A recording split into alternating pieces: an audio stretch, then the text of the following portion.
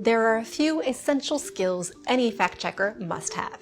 One of the most important: double, triple, quadruple check everything.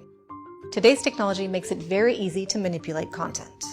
Take screenshots. They're very easy to alter, like this one from US President Donald Trump. He never sent this tweet. It's an altered screenshot. So always double-check all information. If you see a screenshot of a tweet, search that person's account to make sure it was really tweeted. If someone sends you a photo and says it was taken at a certain location, make sure that location really looks like the images in the photo. If someone tells you a photo or a video was taken on a certain day, check what the weather was that day to make sure it matches the image. Good observation skills are a necessity for any fact-checker. Let's go through a few examples to illustrate.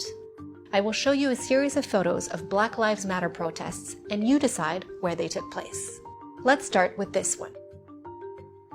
This image has several clues that we can look into.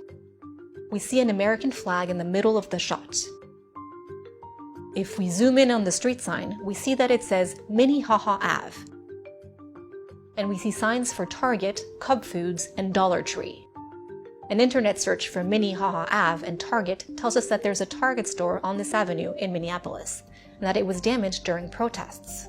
So this gives us a good idea that the photo is from Minneapolis. We checked this against Google Maps and saw that this photo was indeed taken near the Target on Minnehaha Avenue in Minneapolis. Now let's take a look at this image. This protest appears to be taking place in a square with a column with protesters holding signs in English. If we zoom in to the right, we can see the European Union flag alongside an Italian flag. Just below that, a sign is written in a language that's not in English, Justicia per Breonna Taylor. If we type Justicia into Google Translate with detect language, we see that it's Italian for justice. So we have a clue that the protest could be taking place somewhere in Italy. If we zoom in on the right of the image, we see a building with Caserma Giacomo written on the front. An internet search for Caserma Giacomo, Italy provides hits for Caserma Giacomo Acqua, which is on Piazza del Popolo in Rome. If we do a search for Piazza del Popolo, Rome, and look at the images, we see that the square appears to have a column that's similar to the one in our image. If we examine some of these images more closely, we can see that the buildings match the ones in our photo. So we can say with certainty that this photo was taken during a protest on the Piazza del Popolo in Rome. Now let's take a look at this image. This protest is taking place in a city square. We can see flags on the building in the center of the shot. If we zoom in, we see that the one on the left is a European Union flag. The one on the right has red and yellow horizontal stripes, but it's not unfurled, so we can't be sure if there are other colors or symbols on it. An internet search for red, yellow flag European Union tells us that the following countries in Europe have red and yellow horizontal stripes: Armenia, Germany, Lithuania, Spain. Let's move on. There's a white truck to the right of the frame with a red and white logo. The logo is blurry, but it looks like it says Buchbinder or something similar. An internet search for Buchbinder suggests a spelling of Buchbinder, and a look through the images quickly matches the logo in our photo. If we adjust our search for Buchbinder, we see that it's a car rental company in Germany. So we now have two hints that the protest could be taking place in Germany. Next, there is a fountain statue in the square that appears to be a woman wearing a skirt with an outstretched left arm holding something.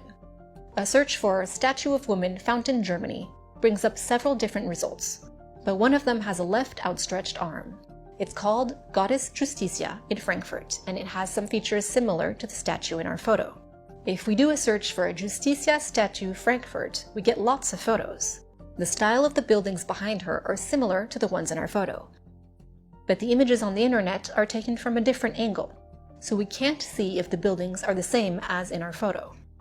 Let's investigate further. If we search for where is the Lady Justice statue in Frankfurt, we get an address, Romerberg. The photo appears to show the building in our image, but let's make sure. A search for Romerberg Square, Frankfurt gives us lots of photos of the square, and we can see that the distinctive building with the clock and the church behind it appears in many of them. Another clue that we could have used: if we zoom in on the left, we see red awnings and a restaurant or shop with a sign that appears to read Alten Limpu. If we type that into a search engine, we get several suggestions of Alten Limburg. If we accept them, we get images that match the one in our photo exactly. This photo was indeed taken during a Black Lives Matter protest in Frankfurt, Germany. Keep in mind that there is never a right or wrong way to approach trying to identify a place. And there's often more than one way to arrive at the answer. Observe, investigate, and always double-check to make sure.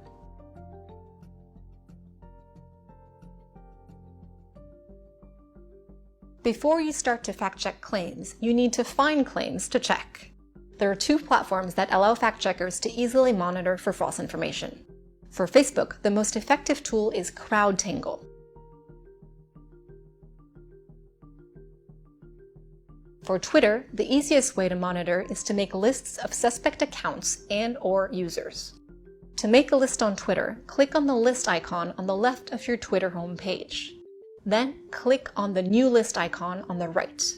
Make sure to check Make Private. If the list is public, the people you are monitoring will know.